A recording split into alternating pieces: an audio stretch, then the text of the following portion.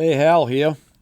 I want to talk a little bit about our partnership with OnX Hunt. I've been using it for a while now, and if anybody knows me, they know I'm not a very techie person, but the OnX app is it's a real time saver. I remember the days when we poured over topo maps everywhere we was going to go and stuff, and I don't do that quite as much anymore. Where it's really helped me is scouting, whether it's deer scouting, or moose, or even turkey hunting in the spring, which I do. It really helps out. I don't have to spend as much time running around the truck burning up the gas. I'm just basically using my OnX. Got it on my phone. Don't even carry a GPS anymore. So I just download the areas where I'm going to be hunting, whether it's up north moose hunting, and I use it mostly on the satellite imagery. I like to see the cuts and the clearings and the turkey hunting, the hidden fields and stuff. But everybody's using it now, from the game wardens to land surveyors, and just a great tool. And with our partnership with OnX, if you use a code BWB, you're going to receive 20% off on your first premium or elite memberships. And you just go to onxmaps.com/hunt. You'll be glad you did. Good luck on the trail.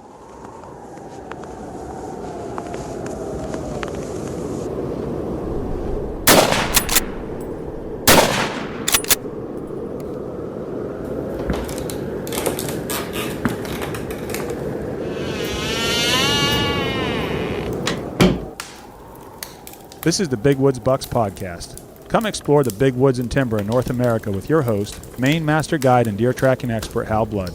Listen to Hal and co-hosts Lee Libby and Joe Cruzy as they unlock the secrets of big woods whitetails. Each episode will provide valuable insights in the tried and true system Hal has used for the last 40 years to scout, locate, and hunt mature big woods bucks. Listen and laugh as the crew discusses Hal's legendary adventures and learn how to apply a lifetime's worth of lessons from the big woods to your own hunting and outdoor adventures.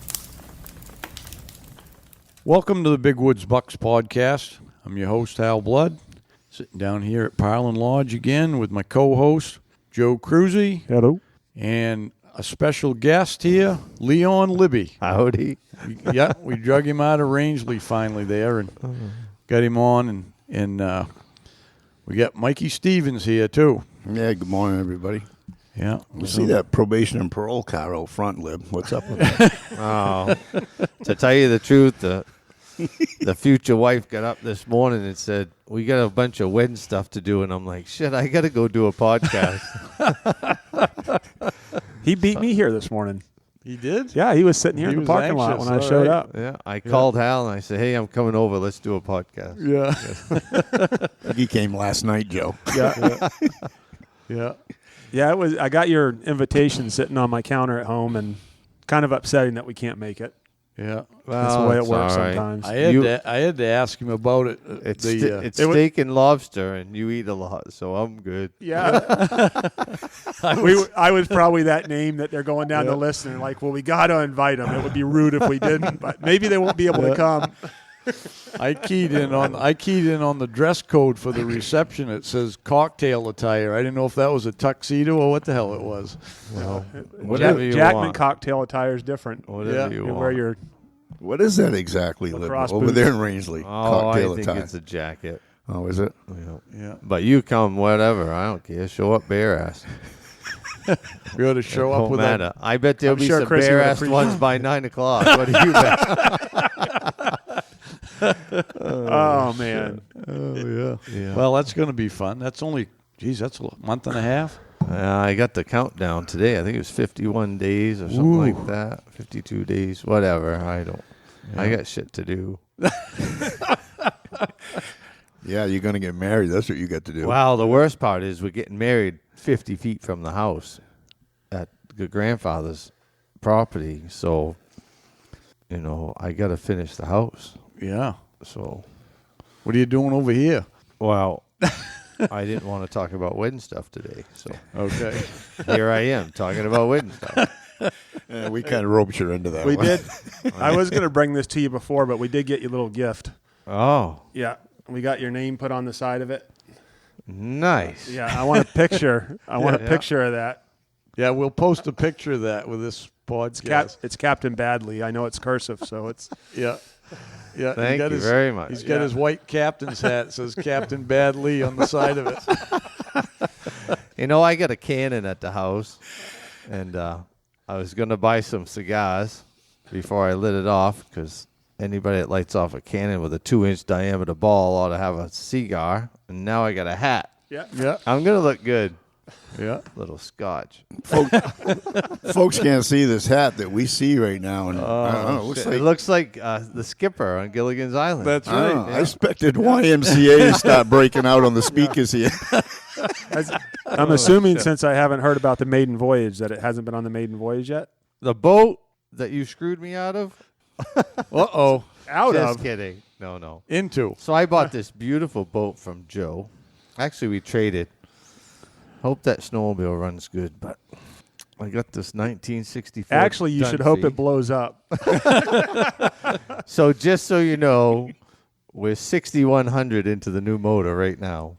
And I took it to the motor shop to get it dropped in. And the guy calls me and says, you need a new trailer. I said, the trailer's brand new. He said, you don't put a wooden boat on a trailer with rollers. I said, why? He says, because 2 of them have worked their way right up through the bottom of the boat. I'm like, you got to be shitting me. So sure enough, sent me pictures. It flattened the rubber out on the roller, because that had been sitting there since, 2009, right? And the rollers worked their way right up through the bottom of that boat. Oh. So now I got guys down there on the coast. They're going to set the boat up on a lift and redo the bottom and skin it with fiberglass. So that boat, she's going to be worth every penny I get into it, I can tell you. Way to go, Honest Joe. Thanks, Joe. Wait a minute now. Wait a minute now, Lee. Before this ever happened, what did I say? I'll bring it right back. Huh? No, I Before think you he said, you do know what it means to do business with a cruisie, right? You're never going to win. Oh. No. But it's a nice looking boat. I can't wait. This winter I got it lined up to have all the upholstery redone. So she'll be brand new this time next year. That's fine. I'm good with it. She's pushing 330 horse. Wow. Out of the factory, she was a 55-mile-an-hour plywood boat. And she should be pushing about 63, 64 miles an hour. Ooh. We're changing the pitch of the prop. Yeah. In a plywood boat, like literally half-inch plywood. Did I mention that the service light is on in that snowmobile? You want a piece of tape? The other thing is that it's a heated brake lever, and it's on all the time. It'll burn your fingers if you don't have gloves on. Yeah. I I'll meant to take bring that up. back. I'll take that back. I'll trade you for the boat. Oh shit. Anyway, You're going to be styling in that thing going across Rangeley Lake with that new captain's hat. The wife's got a retro swimsuit. She already bought it, ready to go on. Is it one of them polka dot Brim ones? hat. Yeah, oh yeah. Yeah. Yep. Nice. Great big sunglasses, She'll look the part. Yeah. I got to have pictures. Oh, yeah. It got like a Jackie Onassis look in my mind right now when you said big sunglasses and a hat. Yeah, I was hearing itsy bitsy teeny weeny in the background. Oh, anyways, that's the boat. Yeah. Excellent. Well, it's good you're getting it all done. You don't have any time to use it this year anyway. No, that's fine. No, that's fine. You know what I did, speaking of boats? I took that 15... Big fisherman? The Smoker Craft Big Fisherman. I took that 15 horse, so it was always underpowered. It was great for trolling and fishing and stuff. There's a guy down in New Hampshire that rebuilds all the old Johnson Evinrudes. Traded it in for a 35. Nice. With electric start. Nice. Yeah. So that was a good boat. Yeah. That boat would catch fish. It's a funny story about that boat. I'm up to Ziskos. We're trolling. This was years ago. And I used to tell my clients, you put 20 fish in a boat by 10:30 or you don't have to tip me. But we'd start fishing at 4:30 in the morning, early. We get up there, and it's raining a little bit, not too bad. I got 2 guys in the boat, and they're literally, I got 3 rods out, a downrigger, a sinking fly line, and 1 in the wash. And those 3 rods are going steady. I'm just hooking fish and handing the pole to one of the guys and grabbing an empty pole and baiting it and getting it back in the water. It's just a madhouse, right? The guy in the front bow starts digging around in his lunch pail, and he'd been drinking beer since we started. And he said, Lib, we got to go back to the truck. And the truck was only 2 miles from where I put the boat in. And I'm like, for what? He goes, I forgot my shit. And I'm like, you got to take a shit? I don't understand. He goes, no, I forgot my stuff.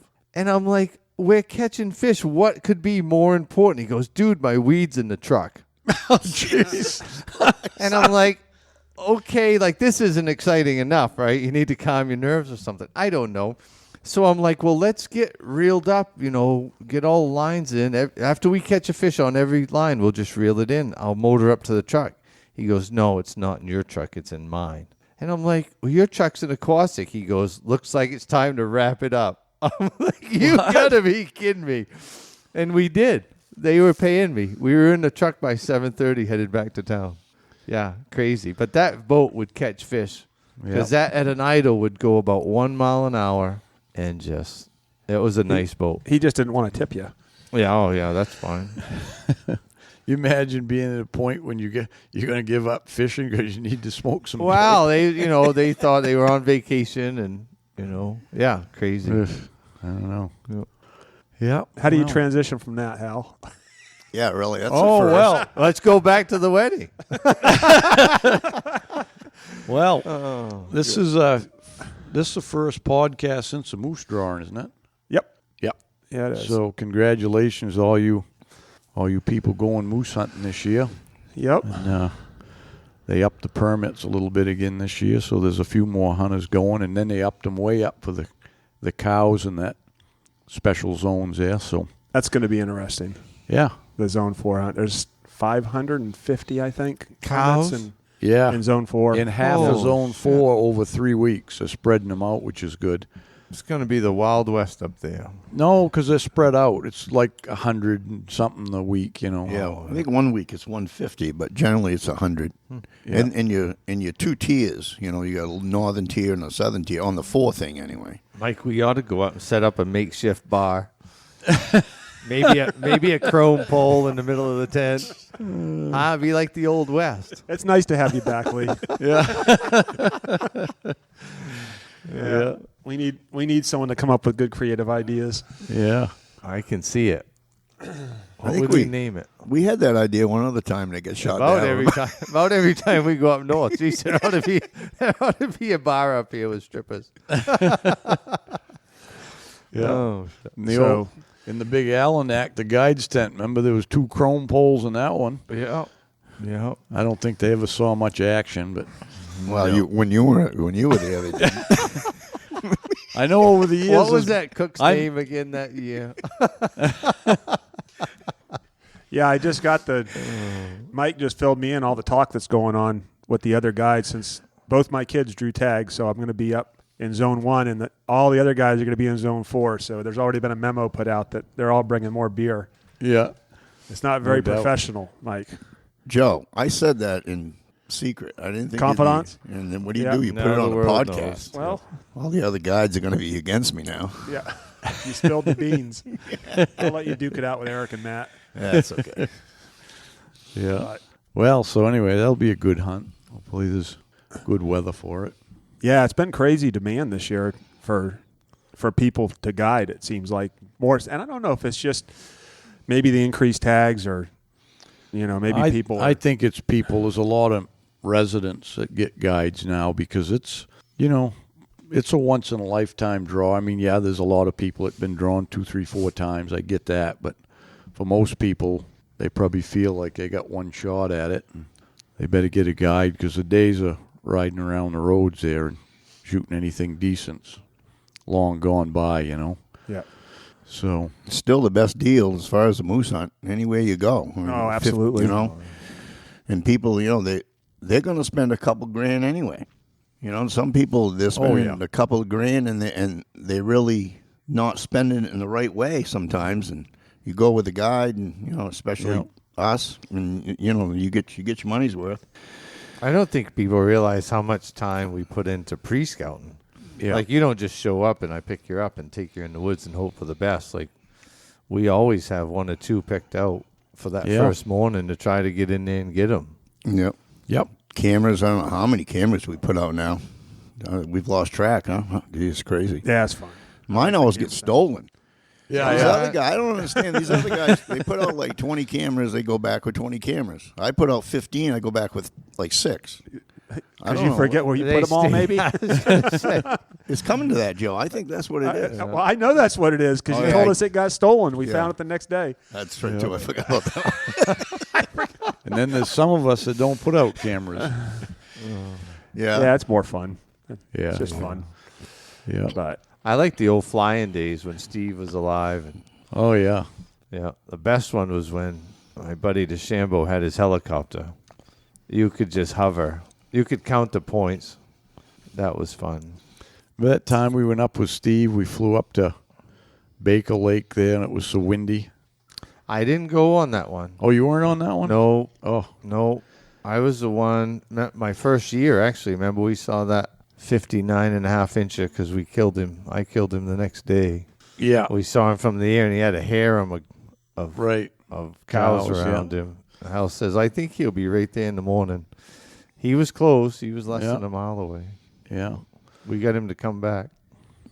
Yeah, we struck off one morning. I knew when I get up, we had Steve scheduled. I think it must have been, who was with me?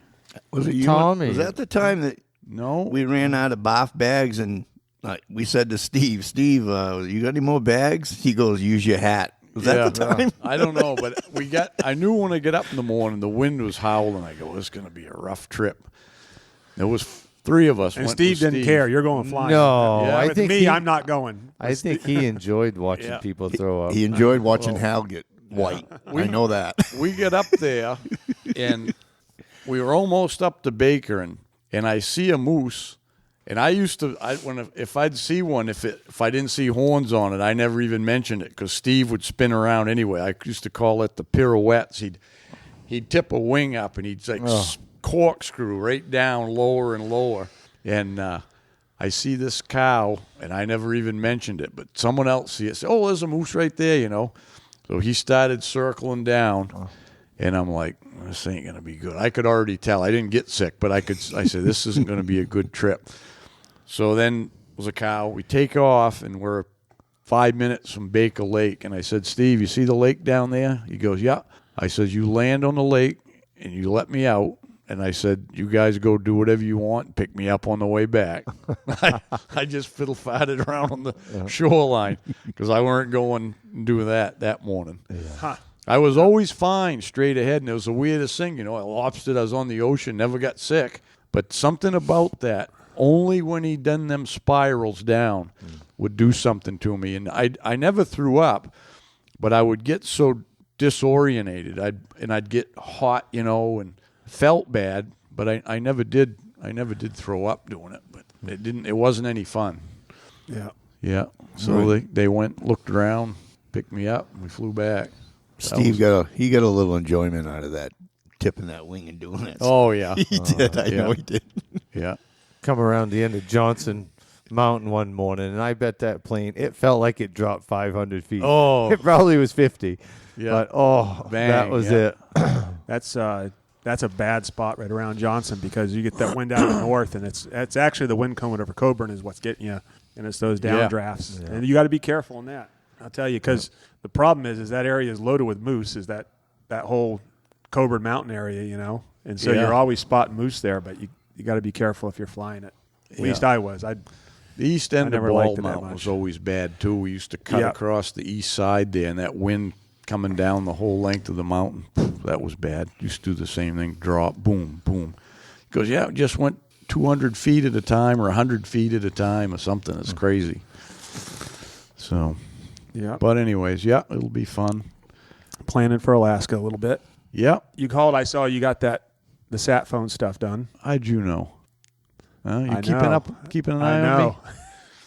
Probably these making things sure I out. didn't forget. Yeah, I got the sat phone arranged. Deb was working on her itinerary last night there. And of Are course, you she's taking the grandkids like you thought? Ryland's going, yeah. Nice. Then Kylie said she didn't want to go, and then a couple weeks later, we got all the tickets bought. She decided she'd go. Can't get her a ticket. Oh, no. Oh, jeez. Yeah, on the same flights. Yep. So she learned a lesson that she's Yep. got to That's make a tough her mind one. up. Yeah. So, yeah, Ryland will be out. He'll be out in Texas with Gary. So Gary and Bridget and him will fly from Texas, and we'll fly. Me and Deb will fly. Then they'll come back about the same time or the day after we leave. Joe and the other guys are going to get together, and we head up for the moose hunt. They'll be headed, back this way. Ryland will come back with Deb to here. Yeah. And by that time, you'll be happily married, Lee.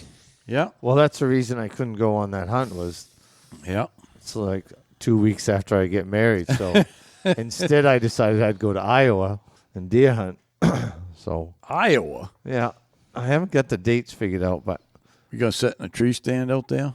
well, so He didn't answer that. Yeah. I met this That guy. means he is. I met these two fellas, I want that on and film. we got into the Tito's.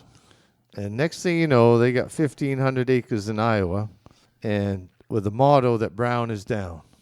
And I said, what do you mean? Don't you have some big bucks out there? And he says, yeah, we got 200-inch deer, weigh 160 pounds, but they're vermin, he says. I said, you mind if I come out and kill a few of them vermin? And he goes, nope, come on out.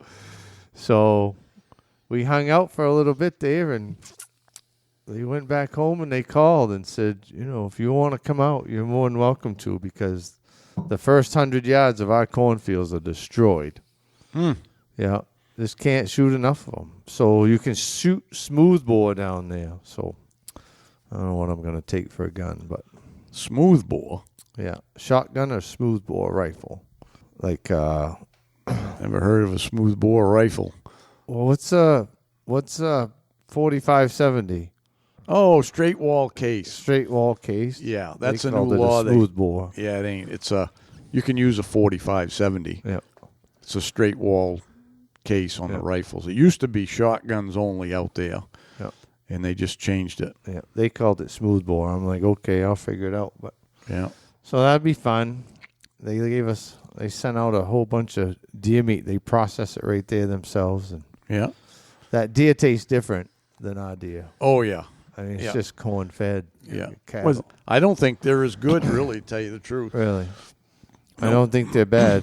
Is the smoothbore a black powder law thing? Because No. that's where usually the smoothbore is. No. Just I think I'm gonna take my Woodman Arms Yeah. muzzleloader. That would be fun. Yeah. Is that what Mark's going to bring to Alaska? Is he going to hunt with one of his? Yeah. Yeah, and then Jeff was going to take a single shot, and we told him they probably ought to have a little more than that. If one of you's got a muzzle loader and one's got a single shot rifle, you know. Yeah, I would have a. Yeah. Yeah. Some bear comes running at you, and you each got one chance. That's it. Yeah, And you bend over and grab your ankles. yeah. Yeah. Before that, we got bear season coming up. I got a few hunters for that. I don't take too many anymore. We used to take a lot in the old days, huh, Mikey? Yeah, we did. Took a lot of them. Yeah. 30, 40, huh? 60. We used to take 15 a week, remember?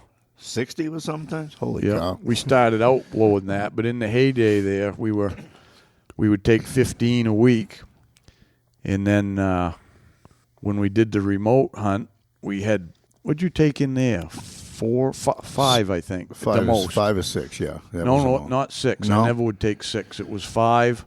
It was either 4 or 5, but it was never more because I didn't want to take more than that in Yeah. there. Well, those were new baits, too. We had just started in there. Boy, there was some big ones, though, huh? We got Boy. cleaned out. Then you guys get 2 300-pounders, 350-pounders off the same bait one week. Yeah, we got one 320. It was a sow. Yeah. Remember that one? Yeah, but over on that bait, The one way over that Mac light. We called it Max bait in the end there, remember? right. Yeah, we get some good ones in Ought to there. be a good year for a bear coming to bait and it.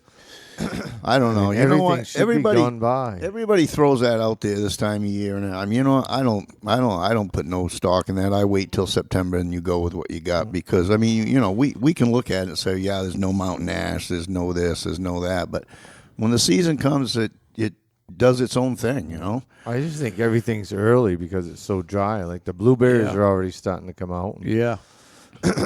It depends how. It always, you wonder in the beginning, but it can change. If you get a lot of rain now, things change.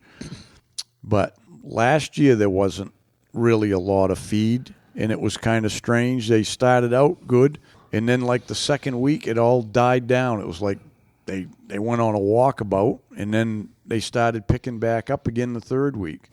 There was something there that for natural food they get, and they're always going to go to the natural food. You know, a lot of people think, you just throw some donuts out in a barrel and all kind of beer coming around. It's not the way it works, but they're pretty well established up there at your spot now. I mean, that's how many years you've been putting baits in that spot? Probably 4 or 5, 3 or 4 or 5 now. Yeah, they're coming pretty good. I got to move some around once in a while because they're where they're logging and stuff. But yeah, that's never been hunted either. When we when we went over in the other remote, when Mike started that'd never been hunted in there. So, you know, you got to establish baits, but there was plenty of bear, and we did good. I know that. I remember one year, the best year we ever had bear baiting was we had 72 hunters that year between lodge and out in remote, and they killed 58. Yeah, that was quite a year. That's a lot of bears. What do you look for when you're establishing a new site? You got to have a dark area. You know, it's mainly, mainly like a dark spruce green growth and stuff nearby. It doesn't have to be, you don't have to put your bait in it. But if you've got a good place like that, it works good. But those bears have got to have a place they're comfortable coming from, or they won't get there. You're not going to get a good bear to come down through a half a mile of hardwoods to get to a bait during the day. They ain't going to do that. Get them little ones, you know, the little yearlings and stuff will do it. But I always look for green bluffs or cedar swamps or spruce bogs or something that's near where, you know, a bear can get up and stretch around in the afternoon there and make it to the bait pretty short. How'd that bait do last year? We started it last season. It was the one. It was in some spruce, like right next to two little knobs. We were doing some filming and stuff. Oh yeah, that was good. Yeah, I had a big one on. I had a real big one there, pretty steady. And then the guys that came, I don't know if it was the first week. Towards the end of the first week, there was the guys. I think the guys saw 20. They had 4 guys, and they saw 20-something bears that week. One guy kept passing them up. He never did shoot one. I think he saw half a dozen, no more than that. He might have saw 7 or 8 bears and never shot one. Never saw one he really wanted. Another guy missed a big one. By the end of the week, I had to move a couple of the guys, and I was kind of saving that for Shanzy because he wanted to get his Grand Slam there, and but I had to use it. And I told the guy there was a big bear in there, and he went in there and about 5 o'clock shot a little over 100-pounder, 2-year-old bear or something. And I ran in there and we snuck it out of there, but that big one never came again. I don't know if he spooked it off or it just sometimes them big ones, they go on a walkabout. People think, I see it all the time on Facebook, everybody's posting pictures when they start baiting in August, they'll hit list. This is on my hit list, I get a joke. That's funny. I laugh because I've never ever, yes I have once, I've seen someone shoot one of those bears, a big bear that they had on camera, on a trail camera coming early, in August. Because usually by the time the season starts, them bears are long gone somewhere else. Because as the food changes, the bears, those big ones, they know where all the different food that's coming on, and they just move along. If you can keep a big one at a bait for a week, you consider yourself lucky. He stayed around a week because he knows he can go to another bait a mile or 2 miles away. He knows where they are.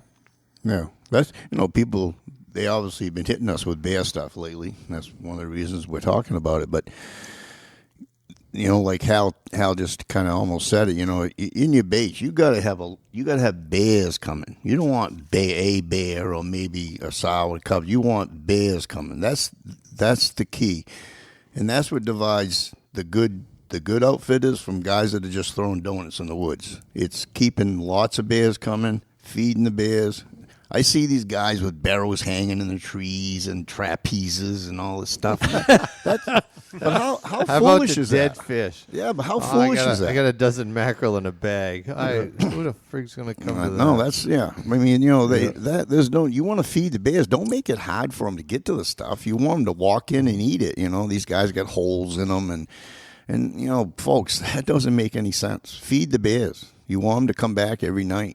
They've been eating off them baits their whole life. You get a big bear like Hal was just talking about, 300-pounder. You know how many times he's been scared, shot at? Probably got a piece of lead in his ass somewhere, most likely. So I mean, it's a game out there that you got to keep on it. It's not simple. Everybody thinks bear baiting is simple, and it's not. You want to do it and do it right. It's hard work, and it's knowing the woods and knowing your bears. Yeah, a lot of people go throw out a bucket every day or something. First bear eats that 5-gallon pail of bait, and then there's nothing left for anybody else, so they move along. They're only going to show up a couple times, and there's nothing there, and they're gone. Yeah, especially your big boys. Well, they're gone. They know 3/4 of a mile or a mile and a half down the road, there's another barrel. Oh yeah. That's so. Yeah, you gotta think like a bear. Yeah, that's a good sport. A lot of fun. And oh yeah, when you sit around the lodge, the best stories come from the bear hunters, huh? Oh, geez. Oh my God, we can tell you some good ones, but we'd be here for a while. Yeah, guys falling out of trees, shooting barrels. That's just a couple. Well, I think what it is, it opens up because it's basically you walk 50 yards from the road to a stand and sit down, so it opens it up to a lot more people that wouldn't normally hunt. I think that's one of the appeals of bear hunting is it's a little bit less physically demanding. Yeah, everybody can do it. And it's safe because we'll come in and get you at dark if you don't want to walk out. Yeah. You always get those guys that, I haven't seen the bear all week. You got to move me and put me on another bait. And then you check the camera and there's the bear there. 2 or 3 bears got the bait at 6:30. Right. Oh, I left. It was dark out. I fell asleep. It was dark out. People don't realize just the slightest movement, screw you up. Yeah, but bears do funny things to people. They're not like deer and moose and other critters. Right. Holy cow. Hi everyone, Big Woods team member Mark Sheeran here. Many of you know that I have a passion for helping people solve their addictions permanently.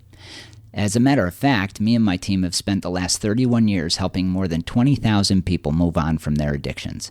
So know this. If you or someone you love want to move on from an addiction for good, and you don't want to be stuck in a rehab or 12-step meetings or endless therapies, then you might want to learn about the Freedom Model and the St. Jude Retreat. To learn more, give us a call at 888-424-2626. All calls are confidential. Here's that number again, 888-424-2626, or go to soberforever.net for more information. I really look forward to helping you end your addictions for good. Here's that number one last time, 888-424-2626.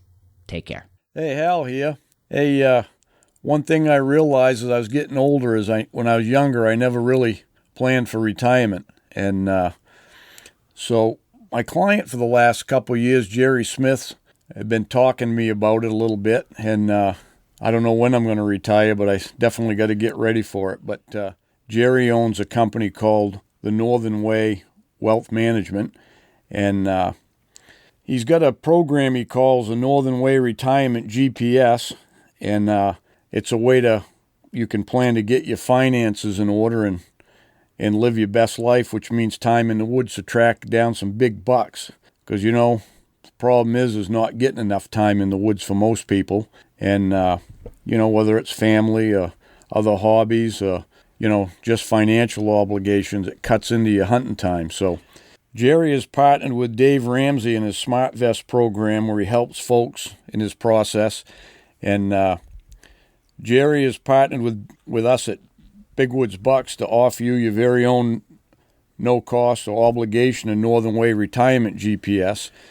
Just call or shoot Jerry a text at 715-551-4181 and mention the promo code BWB. Jerry's going to help you get some retirement time and some more income so you can hunt some more. Good luck on the trail. Investment advisory services through Retirement Wealth Advisors, LLC, an SEC registered investment advisor. Northern Way Wealth Management, Retirement Wealth Advisors, and Dave Ramsey are not affiliated. And sometimes there's a little mishap, huh, Mike? I get a call one time. Mike's up in remote camp. I get a call, and he goes, got a problem, boss. I go, what's the matter? One of the guys just shot a moose. Oh. I'm like, you kidding me? He goes, yeah, he says, give Feeney a call, send him on in the morning. He said, tell him I'll have the coffee ready at 8. I call up Feeney, the game warden. I said, Glenn, one of the guys in remote shot a moose instead of a bear. I said, Mike will have the coffee on 8 o'clock when you want to go in. He was there at 7. Yeah. Come in. Yeah, just crazy stuff, you know. And the thing, I was waiting for the guy. And here's the thing about that story, not to go on it too long, but the guy was a DI in the Marine Corps, decorated, new weapons and everything. And he was a good hunter. He's from Pennsylvania. He was a good deer hunter. But his dad was with him, a retired DI. And it just goes to show you, it can happen to anybody. This guy would never in 1,000 years think this guy would shoot a moose, huh? But he was walking up the road, and they had just ditched the side of the road. So it was like 4-foot drop, 5-foot drop off the road into the ditch, the drainage. Well, the moose come out. It was in the drainage, huh? It was late, though, right? It was dark 30. Out of the stand, yeah. Yeah, he shot, I don't know. He was like 60, 80 yards from the truck when he shot the thing. I was sitting there waiting for him. But anyway, so when that cow, she come out of that hole, he thought it was a bear coming up onto the road. He shot it and thought it was a bear. Was it an adult moose or a calf? It was a cow, 2-year-old. But if you told so, what was your reaction? I'm just picturing this scene because this. Well, you get to what a nightmare. You get to meet the local wood. Well, yeah. Of course, the first thing you think of, hey, the guy shot a bear. Right? So I said, as soon as he fired, it was like just a minute, and he's like right there at the truck. So geez, Chuck, he saw when he shot him. He, had that southern drawl too. I don't know why. He's from Pennsylvania. Mark, I think I blanked up. I says, what do you mean, Chuck? I blanked up bad. He said, Chuck, what happened? I shot a moose, Mark. He goes, y'all come down here, I'll show you. I go, y'all get in the truck, we're out of here. I'm not going 20 feet from that moose. Yeah. Wow. Yeah, jeez. Then Glenn and I went in the morning and put the magnet and got the bullet out. And truth be known, they were real good to him because that weapon he had was a passed down through the family type thing, and he got it back. Yep. They took it, but he went to the auction and got it back and everything, and did his 48 hours in jail, whatever they did. I don't know what it is. Well, but it's automatic. That's one of them ones that's $1,000 fine, 3 days in jail, and loss of your gun or something. Loss of your license for a year too. Yep. Yeah. And then to end that story about crazy stuff happening like that, in the same week, that was like earlier in the week, I think. In the end of the week, I had a guy, we was up Ball Mountain there. I had a guy, I went to pick him up, and he goes, you ain't going to believe what happened. I go, tell me. Or not. He goes, I shot 2 bear. I go, you what? He goes, I shot 2 bear. And I go, oh, boy. So I go in there. He's got 2 cubs, of all things. Oh, Jesus. It was getting dim light, and he see what looked like a pretty good-sized bear coming down. It's just a black blob, go behind the barrel. And then he see a bear come around, and he shot. And then he see a bear running off. And I don't know how he ever hit it again because the cub ain't very big, but he racked another round and shot that one running. He went down there, and there was one laying by the barrel, and then he goes, well, I shot the other one too. It was a pair of cubs that come down right together, so it looked bigger. Oh, he was upset, and so I call Rick Clowry on that one, the other warden there, and Rick come in and, what kind of outfit you're running here, Hal? yeah, I'm like, you got to be kidding me. So, well, I tell the guys, it's just, when we have the orientations, you got to tell them, hey, whatever you do wrong, we're calling the wardens. You can't, nothing's going to get covered up. So he got out of that pretty good too. I think he lowered it down to, like, I can't remember how they do it, but because that would be I think one of them $1,000 fine ones too. So he took one cub, the game warden took one, give him the other, let him tag it, and then he fined him or something for, like, hunting after he registered a bear or something. I think he paid like $500, and I think that was all that happened. I think he got it knocked down, but yeah, they like it if someone makes a mistake, they're honest about it. They come out, they're not going to be as hard as they can be on you. Right. This guy was crying pretty much. You know what I mean? He felt so bad about it. He was an outfitter, because we always do everything. Like Hal says, you do right by the book, and you tell the people, you break the law, we're calling the game warden. Very simple, Yeah, we have to, I mean, that's the way it should be, and that's the way we always did it. The worst thing was the guys from down south wanted to carry a loaded gun in the truck. Oh, yeah. They'd start loading it before they got in. I'm like, what are you doing? Oh, load the gun. Why? Oh, well, you can't here. Yeah. Nobody's going to know. I'm going to know. Yeah, or they'd have the gun loaded but not one in the chamber because that's legal in some states. So, but I'd tell them all that stuff on the orientation, and invariably somebody would still do something dumb like that, Well, you get a lot, most of the time when you get a group of guys, there's always a handful that have been bear hunting before, so they already know everything, Yeah. Remember when Alex fell out of the tree? Yeah. And it was funny because I had taken these guys up to the spot, and I put them out, and I'd been waiting to fish this little pond that I'd been seeing trout jump every time I went by it. So see, he does shit while he's guys too. So I stuck. I find out you all did. Everybody did. There was a camp in that pond, so I stuck a canoe into the porch. So I got all the guys out. I ran back there, and I put the canoe in, and I made up my fly rod. And I swear to God, I'd put 1 foot in that canoe. Bang! I hear somebody shoot. I said, "Oh, geez." Okay, so I get back in the truck and I go up. You pretended like you didn't hear it. No, I didn't. Because it weren't quite late enough for the trout to rise, Liber. I would have been really upset. I got to believe your response was not, "Oh, geez," and you just walked to the truck. You probably had a few more choice words than that. But I got right up to the guy, and he's sitting there, and walk in, and he was the press. He was the field. I don't know, he worked for George Bush, remember? He was a buddy of George's. But anyway, he's sitting there, and I said, "Alex, how'd it go?" "I just shot a bear." I said, "Oh, good for you, good for you. Let's go over and look at him." He goes, "I can't." I said, "Why?" He broke his foot, fell out of the tree, getting down. Huh? Yeah, he was getting down after he shot the bear, and he fell out of the tree. He was a big guy, too. He was about as big as Joe. Fell out, broke his foot. So I had to hobble him out of the woods. Yeah. Were you in camp?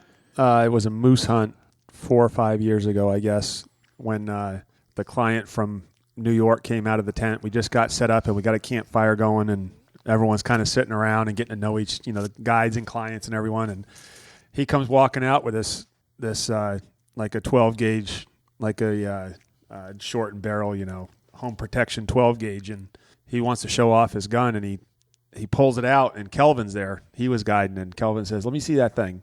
And Kelvin takes it and racks it one time, and a shell pops out. And we all look at him. We said, "What are you doing? There's no loaded guns in camp." "Oh, it's bear protection.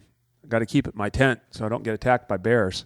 And he was dead serious. Yeah, he was going to keep that thing little. He said, "No." No. I picked a guy up a few years back, just a few years ago. Picked a guy up. I mean, this guy, Joe, made you look small. This guy's like I feel this. I keep on getting the standard for big guys. You are, Joe. He's bigger than you. He's the same He's size our as you. gauge for Sasquatch, right? He's our gauge. He's a gay Sasquatch. He's a gauge. He's the gauge we use. Jesus. Libby's back. Just a little bit of a whiny growl. Yeah, that would be you. Looking back over the shoulder. And we don't like you. Well, getting back. Go back to Rangeley. Getting back to We the hate story you. here. So, anyways, the guy, I drive up. He comes over and he unloads his gun. It's like 8:00. I go, "What are you doing?" He goes, "I'm unloading my gun." I go, "You cannot have that gun loaded. It's night." Well, I'm not walking on these roads with an unloaded gun. I said, "Bud, you're 8 feet tall, and you got a better chance of having Elvis bite your ass than a bear." I says, "You're not going to see a bear out here. Don't ever load that gun again." Well, I'm doing it. I said, "Well, guess what? You just bought another ride to the woods because you're all done in this truck. Bye." And that was it. I wouldn't take them no more. But, yeah, I'm not going to walk around out here without a loaded gun. It's funny how people they grow up, some of them in the city and stuff, and they come up here and they're more afraid of a bear. You got more chance of getting killed by stray gunfire in one of them cities they live in, and they're worried about a bear that they're more scared of you than they are anything, you know. It's Black crazy. bears. There's never been a recorded real attack in Maine ever, has there? In Maine? Yeah, never. There was I one thought guy. there was one. Yeah, there was one guy that got mauled over. He was baiting. He got mauled over a little bit there. He was covered in cooking grease, probably. Yeah. Yeah. He was eating Twinkies. Maybe he looked like a Twinkie. Yeah. You know, a larger man, like Joe. He eats larger Twinkies. Lee sees blood in the water. He's going after it. Yeah. Sorry, Joe. I'm sorry, Joe. Hey, Lee, can we go for a ride in your boat this weekend? Oh, that's right. We can't. Joe, they're not sorry. Yeah. No, I know. Oh. Well, Okay, so what? We got to shift some gears into deer season here a little bit. Yeah. It ain't deer hunting season. Yeah. Let's talk about deer Well, season and deer season. I wanted to mention something Oh, okay. that we got in the works. It's not for sure. Thinking about it, doing an event sometime later in the season or something. I thought it was July. Well, we were going to do July, but it's too short a notice to kind of pull it off. So we're looking at later in the season. Still not for sure, but there's plenty of time if we can pull it off. We should have really had got it planned earlier. I thought it was Towards like spring. The 14th, wasn't it? 14th or 17th 15th? we were talking about. Yeah. But So the old man calls me last week. Hey, and because I didn't answer the phone the first time, and so he catches me. I need something. Like he needs a kidney or something, right? And I'm like, okay, what do you need? We're having an event July 17th.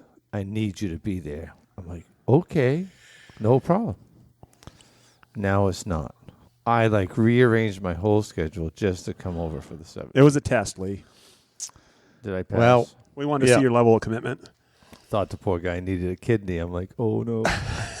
I got vetoed out, I guess. I didn't really, when me and Joe had actually talked about the dates, because we wanted to do it at the lodge here, and that was a date he had really the only thing that would work for him. So, but it was only gave us like a month to plan the whole thing out and make it happen, and some of the guys thought it was going to be. It's a tough time too because Yeah. all the families have vacations. It would be Some hard. poor wife wants to hear, oh, by the way, honey, I'm going over to. Yeah. So you ought to touch Follow. on what you're thinking anyway. So it's Yeah. kind of a mystery. So, anyways, we wanted to do this event with a Big Woods event with the team members and do a bunch of seminars, have a cookout, and make a one-day event out of it. And Let's rent Mark's show place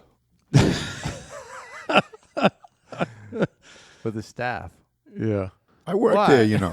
I worked there. I know you did. yeah, So you got an in. Best job I ever had. yeah. What's My show place is a strip joint, by the way, folks. yeah? I'm trying to keep him on track. Yeah. So, anyways, we were the idea of this would be that we could handle, if we did it here at the lodge, 100 people, and we'd sell 100 tickets to come over and have the event and do a bunch of raffles and have door prizes for everybody and just have a fun time. And people would get to meet some of the team members they've heard on maybe this podcast or somewhere else. And just have a fun day of it. So that's on the back burner. It's not going to be July 17th now, but we'll see what we can do maybe later on. Sounds like a good September gig. Yeah, but it's No? not really. Early? Between Bear and Move. No. Yeah, but I mean, Anytime in the fall is tough. Yeah, but you know, you guys are selfish. You can't. You got to think about You the people. Think about. Wow. Oh, I can't do it that day. You act like that's new information. What about the people that are coming? That's who you got. We got to. That's right. We got to make it easy What for about them. the young fella that needs a kidney? And you know, His dying wish is to see Hal Blood. Why don't you and Lee hold it while we're in Alaska, Mike? Yeah. Oh, that's why we can't do it in September. Which will be most of September, Mike. yeah, okay. What about Yeah, but you know, Labor Day, everybody starts thinking deer and stuff. I mean, what about Christmas? And then they could bring us Mike, gifts. we won't be here Labor Day. We'll be in Alaska. what Labor Day? See? Yeah. It's No, all I mean, about them. but it looks like now we're going to have to go with it probably next year. I mean, right? No. We're going to do it this year. We don't know. You know what we should do? We wouldn't be talking This about is it what we today should if do. it was a next year. I'm deal. going to make a suggestion for our new COO, right? L. L. Cool J. It is good to have you back, Lib. So Gotta say. let's do a show next year, and one of the nights of the show, we rent a big hall, and we sell tickets to that. So we go to the show, we do the show, we have a couple martinis, and then we go do a meet and greet. Oh, during a sportsman show? That would be fun, huh? Yeah. You going to organize it? I'll send the email to the new CEO. COO. Chief Operating Officer. I want to be something. I guess I am. I'm here. You know, I want a title. whenever Lib says, You can't have gay Sasquatch because I got wanted that to- one. The CGA, the Certified Gay Assistant. whenever Lib says, you know what we should do, you gotta listen up after that. Can we talk about Skinner sites? Yes. Skinner sites. That's right. I have a question about that. So Libby ain't been around, so he don't. This is all going to be new stuff to him too. Excited. So I think we've already talked about it once, but when we had our last podcast at the Big Woods get together, we test fired and tried out some of the Skinner sites because we've been having an awful time. So it's like Williams doesn't make enough of them. You know, it's like they're doling them out a few at a time. You know, they got them all of a sudden and then they're sold out. And so I had met this guy at Skinner that owns it, the new owner. So I had it 6 years, I think, or something. But anyways, Andy sent us some sites to try, and they're really nice quality sites. I think they're going to work good. So we had a conference call with him after that point, and he's going to be our newest sponsor, Skinner Sites, for the podcast. Plus, he's going to make our own branded site for the 7600 and the Marlins, too. We're going to have them for both. It's going to be called the Skinner BWB Tracker. It'll say right on the site. Mounts right on, not the same way exactly as the Williams does. The Williams goes on the two rear holes of where your scope mount is. This one goes on one screw in each one of the sets of holes, the front and the back of the front one, front of the back one, back of the front one. So anyways, it'll be a Big Woods tracker, and it'll be all black. It'll be blued because he makes them the fancy ones, if people want them, they're brass. They got a brass aperture. Well, we're going with the all black one, and it's going to be the tracker one. The difference between his sights have a screw-in aperture of different sizes too. And then we wanted the hole to be a little bit bigger, like a ghost ring more.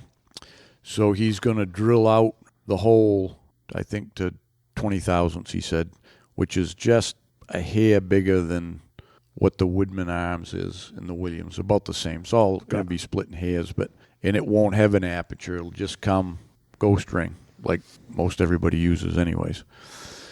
So that's pretty exciting. Yeah, I kind of like the brass when we shot it. The color was, it seemed, for my eye anyway, it seemed to lighten up the front sight a little bit. Yeah, but I thought it got some glare. We were out kind of in the sun there, and I could see glare on it and stuff. So, but you can get those. I mean, they're all interchangeable. The good thing about them is, and the adjustments on them are really nice. The elevation, like the Williams one, I always used it and I liked it, but they didn't have.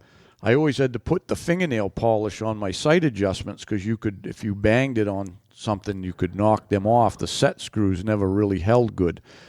And main reason I think was because they're all made out of aluminum, and if you tapped it hard, the set screw would move in that aluminum. So, anyways, these are all the elevation screw just turns up and down. It's threaded, so you just wind it up or down for elevation.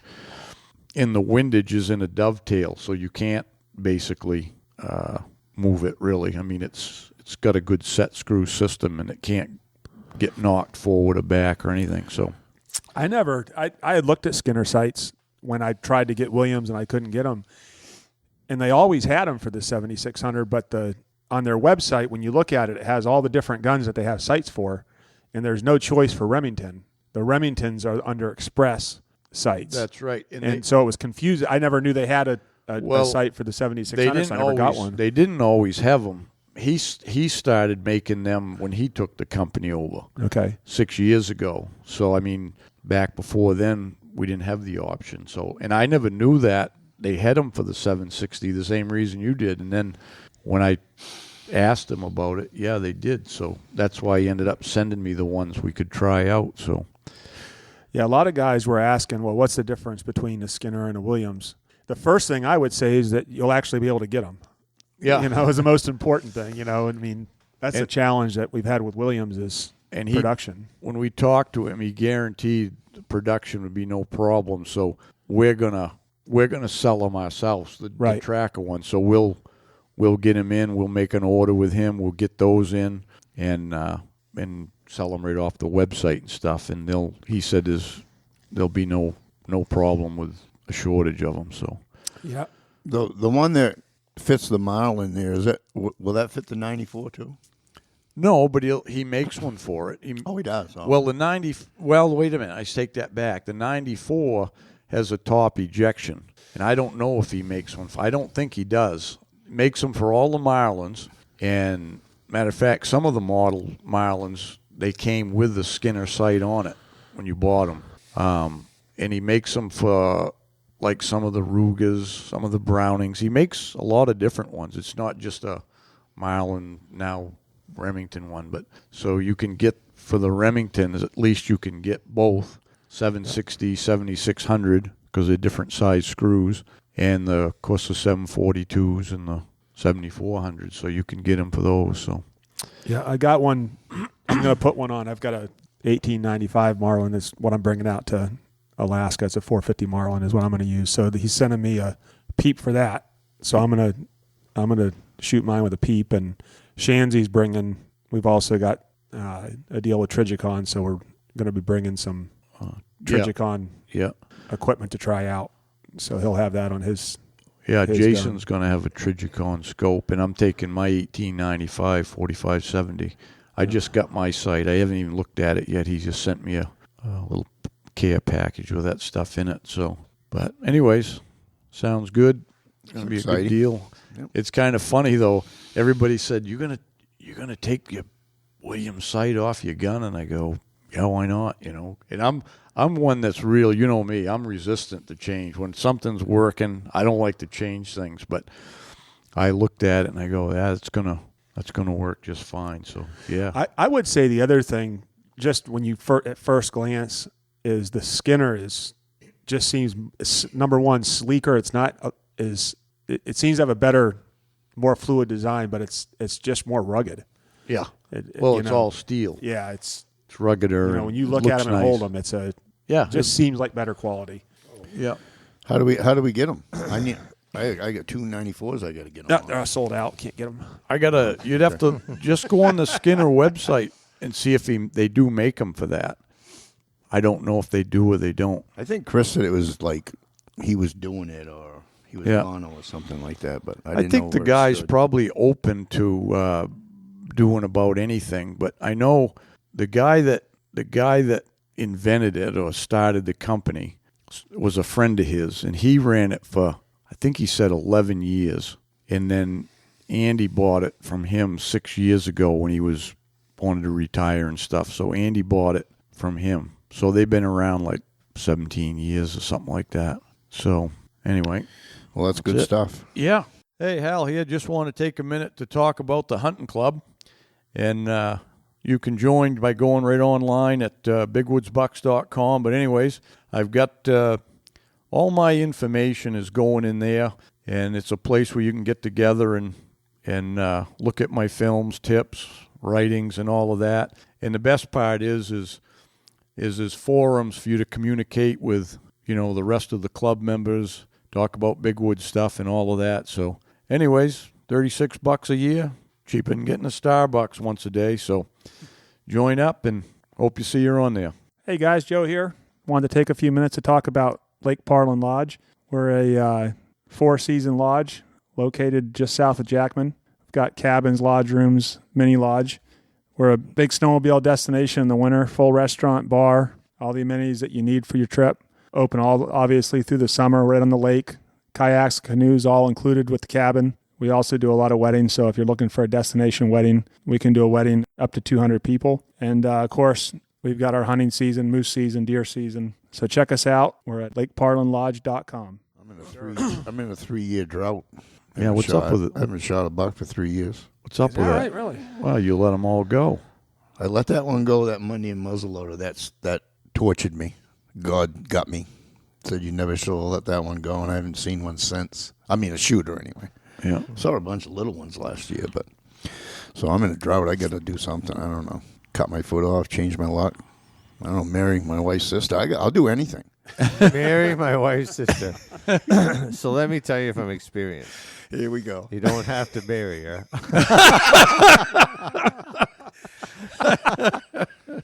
I could tell you a story about that. Actually, the mother, too. But anyway, that's another time. That's a good lead into our next podcast, Life in Love with Lee Libby. Yeah. Oh, the last advice you want to take from me is relationship. I can tell you. I always did. It worked for me, Lib. Yeah, look at you. Yeah. I think we ought to do a podcast at his wedding reception. Oh, yeah, that's going to go over like a fart in church. Oh, honey. I wish I could be there. The wedding planner was there yesterday, and I don't think there's time for that. Yeah, probably not. They got you right on a schedule. Oh, yeah. Yeah. I just care. Where do I have to be at what time? That's it. Yeah. So. I'm sure that wedding planner's never heard that before. No. Yeah. From every I groom. bet he's never met nobody like Lib either. Yeah. You're the groom? Well, actually, I've been a groom for her before. Oh, you have? Yep. Oh, okay. We were joking. Who's done this more, the wedding planner or Lee?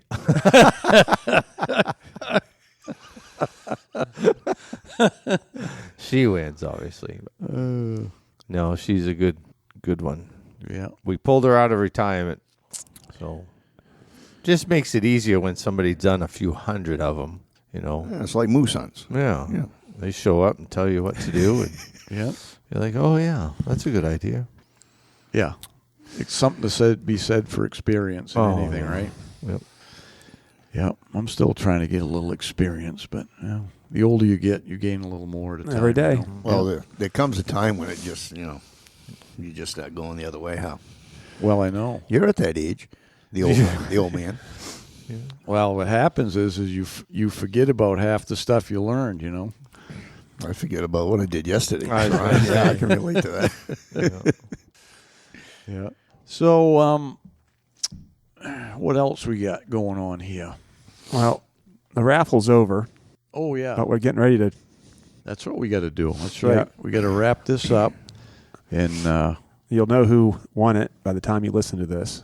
Yep. Yeah, we appreciate everyone that joined in. It went pretty fast. Yeah, was it a couple hours you had them all sold? About 35 minutes, I think. Holy smokes. Yeah. Put a post up and they were gone. So yeah, it was a lot of people excited about it. And I think we might do another one here right off because there were so many people that wanted on this one that couldn't because the tickets were sold. So I just put them on a list and we just start from there and there'd be some left. But yeah, it's going to be fun. I'm looking forward to it. Yep.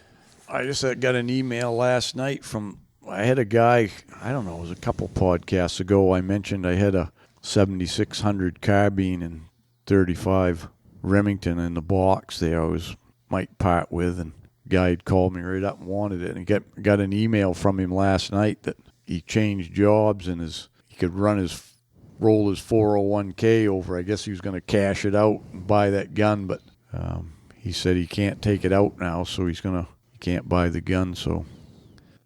Funny, they take it out every week, don't they? The Yeah. 401k.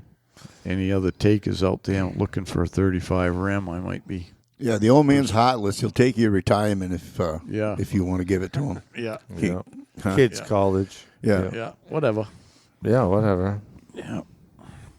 Well, the big boss was texting me asking if we started recording yet. So there must be something in there that he wants. I will tell you this. The CO. If Joe Cruzy puts a post up and he's selling boats, don't do it. Wait a minute now. When we did this, right? Full disclosure, it was Lib. I'll drag it right back. It's not a problem. Yeah. Nope, I want it. No, he was good. All It's right. fun though. Yeah, it is fun. Yeah. It's fun to wicked pick fun. on me. Yeah, When the wife says, "So, what do you got into that boat now?" you never tell the truth, Lee. No, I Jesus, don't. are you an I don't amateur even or talk what? about it. She's like, "Where's the boat?" I'm like, "Oh, I just took it down to get it polished." Get it polished. It's a $6,000 wax job. Yeah. Oh shit! You wait when that thing's in the water and you take your little picture with your captain's hat on. Yep. Yeah. That's going to be some nice looking picture. You think it'll be ready for the wedding?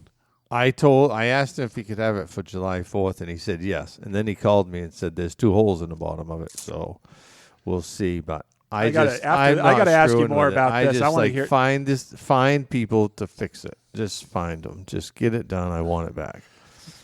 Yeah. Because I'll bring it back to my house and fix it. Nope, it's going to set in the garage, right in the way of everything. That's the trailer that was with the boat when we bought it. So that's got to be the trailer that it comes with. That's a newer trailer, I think. But No, that ain't a 60s trailer. No. So I think right now they've stripped all the rollers off the trailer and they're putting bunks carpet covered bunks on it. Yeah. Yeah. So I know they're going to do that. Try to get the bottom done. I'll have to remember that when I get my next wooden boat, not to have. But it's kind of neat. This guy's Wayne Morse is his name. Great guy. He's retired from the Coast Guard, and this is all he does. He takes on projects like this, and he does them, whether it's a car or a boat or an old truck or something. And so I could have made a good deal on that trailer that the smoker craft was on when I got it from you. Got the carpeted bunks. Yeah. I'm trying to put rollers on that because that boat's so heavy. You got to have deep water to get them off them bunks. I don't like the roller trailers. You ever seen it? I've seen people unsnap that safety chain and the rope and back down a ramp, and the boat ends up in the middle of the ramp. Oh, well, yeah, you don't undo this. Yeah. Yeah. See, with the bunks, you can. Yeah. You can throw the wife in it. Because they ain't coming off until you got water under it and it floats. Yeah. But some of these places around here, it makes it difficult if you don't have down on Addian, you got to back halfway across the river to get the boat launched. Yeah, you're up. Right. You exhaust pipes in the water because it goes out so gradual. There's an Instagram page called The Qualified Captain, and it has got the best footage on it.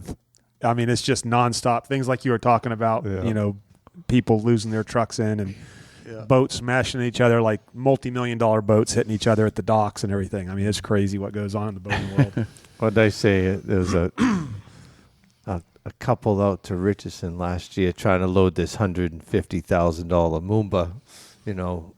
It's a ski boat. It's not made for Northern Maine, but they had it there. And, this guy looked pretty clever. And they were trying to get that boat on, and they were arguing back and forth. And the wife looks at me in disgust, like, I can't believe this is taking so long. And all I said was, I'm sure he's great at something. And he happened to be standing right behind me. Well, I'm telling you.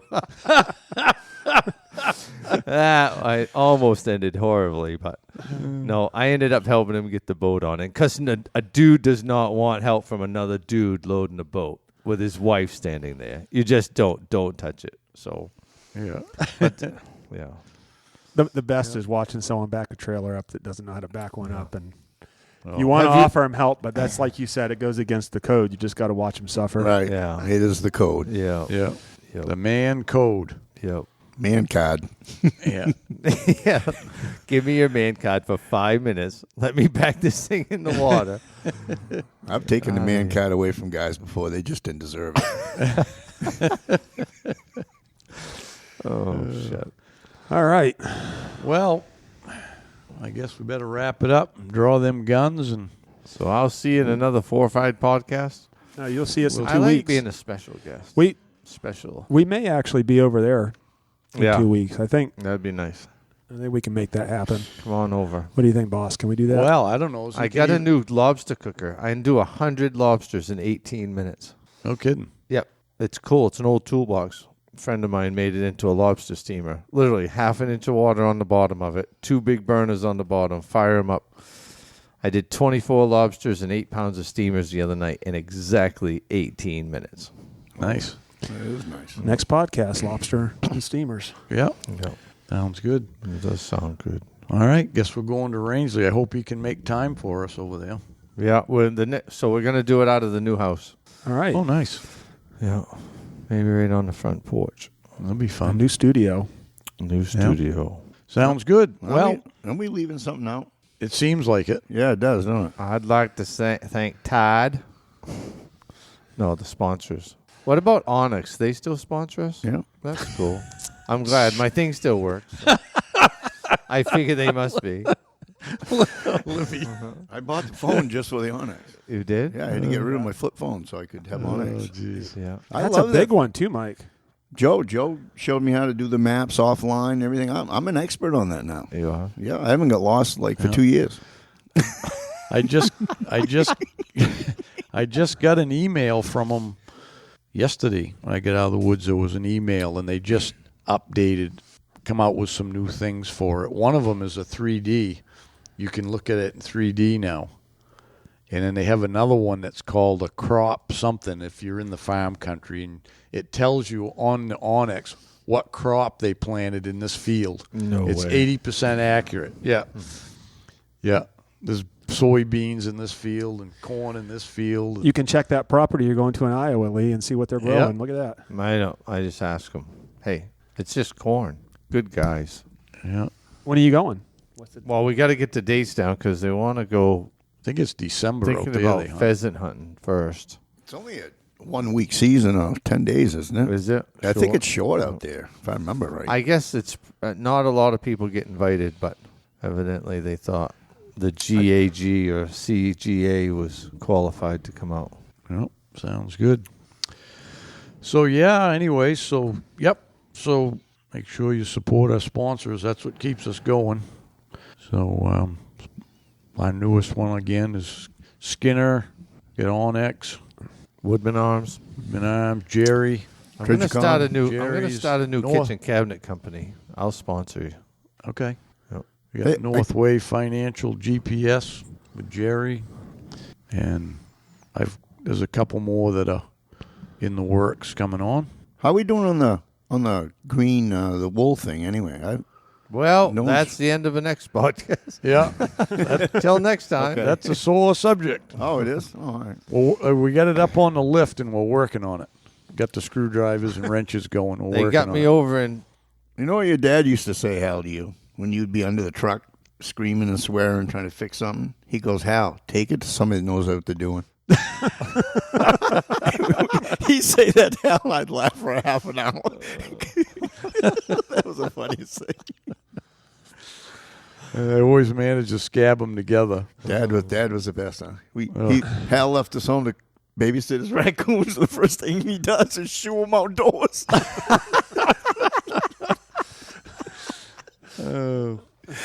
We didn't see one of them ever again. Oh, God. That was cool. I hear all this stuff after the fact, Yeah. It's funny how That's the way it goes. They pop into your head those little times. Yeah. Yeah, we used to do a lot of crap when you went around. Yeah, I imagine. I didn't. You didn't All get right. caught, Lip. You didn't. I got caught. I think I was the only one that ever got caught. No, you weren't. No. That makes me feel You just better. screwed up the most, so it was just a law of averages. So the law of averages. I wrecked the most trucks, though. I hold that record. You wrecked Do more I trucks have- than do Kevin. I still hold that. I thought more Kevin, than Kev. Really? I think so. Kevin had the record. No. Where is Kevin? Kevin got married. I was going to say, I was Yeah, he coming did. around. Yeah. Yep. Like Kev's it was married just now. overnight because that was nobody got invited. Nope. He just I wanted to did. beat you. So I sent him an invitation so he'd feel wicked bad. Oh, good. Be You can nice ha- to see him. Yeah. So I'll have to lean with Mike. I don't know who wrecked the most, but the one that cost me the most in truck repairs was definitely Mikey. Right. Yeah. I'm proud. You should be. Yeah. You should hear the way he talks about you when you're not here, Mike. That tells me how he destroyed. Well, he he destroyed never. those vehicles. Most of them never checked nothing. I'd have to. They don't own them. It ain't They their wouldn't, job. they wouldn't even check the That's oil. what I hear. You just told him to I drive don't have to them. clean the Yeah. work truck. We're working on old bait trucks and old trucks. Never checked the oil. Never checked the antifreeze. Who never checks carried a brake fluid. Never checked. There's nothing. a light for that, isn't there, Mikey? Yeah. You can check the antifreeze. So Mike, hey, so one time, Mike's baiting into Beatty, so in the remote bear hunt, and he's taking I had an old Chevy. It was actually my guide's truck probably at the time, but it was a single cab Chevy, and he's using it in there baiting and stuff back and forth, and of course he never once lifts the hood to look at everything. He's coming out one day, the battery box had fell off the firewall, arced out on the motor, and melted the fuel lines. It's got them braided fuel lines with this. Nice job. So he sees smoke coming out from under the hood, stops, the battery's arcing off the motor, pulls that up. Let's see what's going on here. Yeah. Gas. Lucky the thing didn't blow up because the gas is leaking out the fuel lines. So he keeps driving. From there, that was almost 40 miles back to town, right? Back then we had to go the Spencer Road. It's 40 miles back to town. He's driving, and because that one had that throttle body fuel injection, so it had burnt the return line, I think, and so there ain't no fuel returning. So as it's pumping out, It's pumping out. it's pumping out. What'd you get out to $10,000 hill? Yeah. And you run out, Yeah, somewhere right there. and you what was it? But If I go fast enough, the smoke will be behind me. well, I can keep going. Why It was didn't he fix the battery box if it was rusted? I mean, why send Oh, a man in the woods with Now a... listen, in Right? Hal's defense, I know there was at least 2 rotten bungee cords holding that battery in. That's right. It was after that. And Mike never checked them bungee cords. Yeah, Boy, never would lift the hood. That thing would go, though, huh, that truck? Oh, yeah. Holy cow. I could come out the Spencer Road, and as soon as I went across that mile 17 there, that sharp corner by Rock Pond, from there right to the tar, 75, that thing would fly out that road. He'd hit every pothole in the road. Yeah. If I rode with Mike in and let him drive, I'd be just cringing. It's almost as if he steered towards every pothole. He never. From the passenger side, it does look like that, doesn't it? That's not true. Yeah, but you Come on. feel them. You feel the potholes. You know, there's a nice smooth place and there's potholes. Every pothole, all the way in. 300 potholes across the road, and he wants us to drive between. He's got me mixed up with somebody else on that one. I don't know who. All right, I got to go to work. All right. Yep. Wrap it up. So we're going to draw the guns on the podcast or just after? No, we're gonna do it go on- on Facebook Live. Yeah. Oh, okay, cool. Yeah. Yeah. Okay. All right. So thanks for tuning in. It was nice to be back. Make sure that thanks for I'll try coming, Lee. harder. Yeah. I'll try harder. Okay. No, I will. Support the sponsors. Check us out on YouTube. Instagram, all that. We got some people working more on the Instagrams and Facebook stuff. Yep, going well. Hey, Liv's not Liv, but Lee's Moose Hunt. This is the first cast since that. You got to get in there and watch that. That is classic. That's the newest thing on the YouTube channel. Is Lee Shanzy ended up with the highest score in moose last fall in Maine. So, and Chris went and Jason Alex, and they filmed it, and so that hunt's on. It's a great hunt. Emotion. YouTube. It was just incredible. Good hunt. The good Lee. Yep. All right. Till next time. Good luck on the trail. Hey, thanks for tuning in. Till next time. Good luck on the trail.